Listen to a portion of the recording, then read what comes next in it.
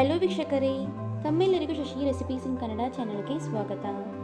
ಇವತ್ತು ಈ ವಿಡಿಯೋ ಮೂಲಕ ತಮ್ಮೆಲ್ಲರಿಗೂ ನುಗ್ಗೆ ಸೊಪ್ಪಿನ ದಾಲ್ನ ಯಾವ ರೀತಿ ಮಾಡುವುದು ಅಂತ ತೋರಿಸ್ಕೊಡ್ತಾ ಇದ್ದೀವಿ.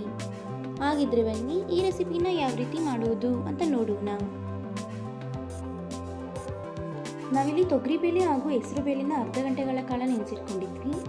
ಈಗ ಇದನ್ನು ಕುಕ್ಕರ್ಗೆ ಸೇರಿಸ್ಕೊಳ್ಳೋಣ.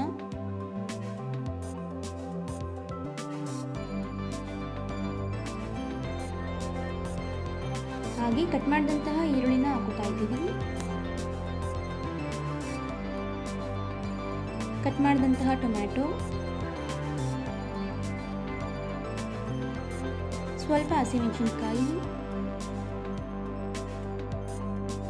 1 ಟೇಬಲ್ ಸ್ಪೂನ್ ಅಷ್ಟು ಅಚ್ಚಕಾರದ ಪುಡಿ, ಜೊತೆಗೆ ಸ್ವಲ್ಪ ಅರಿಶಿನ ಹಾಕುತ್ತಾ ಇದ್ದೀವಿ.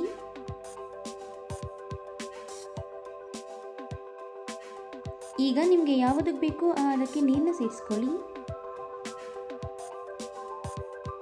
ಈಗೊಮ್ಮೆ ಚೆನ್ನಾಗಿ ಮಿಕ್ಸ್ ಮಾಡ್ಕೊಳ್ಳೋಣ.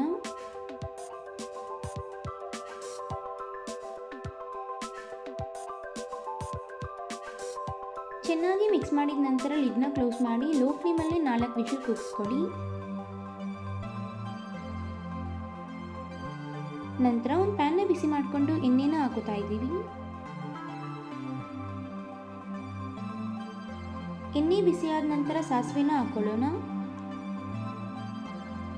ಹಾಗೆ ಅರ್ಧ ಟೇಬಲ್ ಸ್ಪೂನ್ ಅಷ್ಟು ಜೀರಿಗೆ, ಜೊತೆಗೆ ಜಜ್ಜಿದಂತಹ ಬೆಳ್ಳುಳ್ಳಿನ ಹಾಕುತ್ತಾ ಇದ್ದೀವಿ. ಈಗ ಇದನ್ನು ಚೆನ್ನಾಗಿ ಫ್ರೈ ಮಾಡ್ಕೊಳ್ಳೋಣ.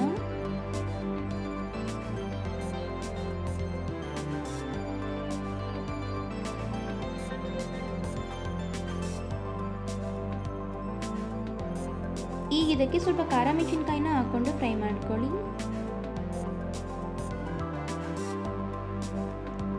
ನಾವಿಲ್ಲಿ ನುಗ್ಗೆ ಸೊಪ್ಪನ್ನು ಚೆನ್ನಾಗಿ ತೊಳೆದು ಕ್ಲೀನ್ ಮಾಡಿ ಇಟ್ಕೊಂಡಿದ್ದೀವಿ. ಈಗ ಇದನ್ನ ಪ್ಯಾನ್ಗೆ ಸೇರಿಸ್ಕೊಳ್ಳೋಣ.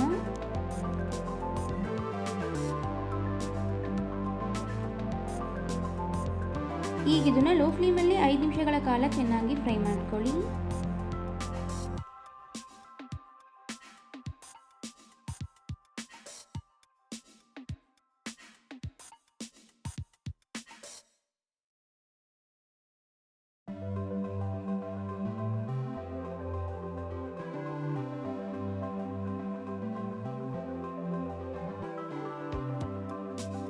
ಚೆನ್ನಾಗಿ ಫ್ರೈ ಮಾಡಿದ ನಂತರ ಬೇಯಿಸಿದಂತಹ ತರಕಾರಿ ಹಾಗೂ ಬೇಳೆನ ಹಾಕೊಳ್ಳೋಣ.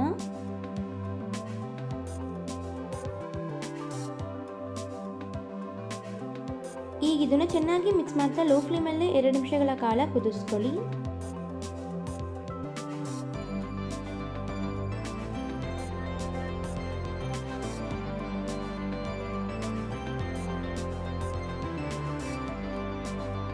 ಈಗ ಇದಕ್ಕೆ ರುಚಿಗೆ ತಕ್ಕಷ್ಟು ಉಪ್ಪನ್ನು ಹಾಕುತ್ತಾ ಇದ್ದೀವಿ. ಹಾಗೆ 3 ಟೇಬಲ್ ಸ್ಪೂನ್ ಅಷ್ಟು ಕೊಬ್ಬರಿ ತುರಿನೂ ಸಹ ಹಾಕುತ್ತಾ ಇದ್ದೀವಿ. ಈಗ ಮತ್ತೊಮ್ಮೆ ಚೆನ್ನಾಗಿ ಮಿಕ್ಸ್ ಮಾಡ್ತಾ 2 ನಿಮಿಷಗಳ ಕಾಲ ಕುದಿಸ್ಕೊಳ್ಳೋಣ.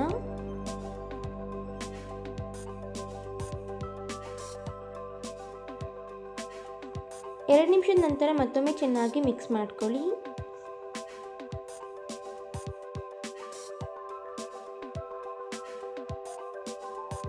ಈಗಿಲ್ಲಿ ನೀವು ನೋಡ್ತಿರಬಹುದು ಕಂಪ್ಲೀಟ್ ಆಗಿ ನುಗ್ಗೆ ಸೊಪ್ಪಿನ ದಾಲ್ ರೆಡಿ ಆಗಿದೆ.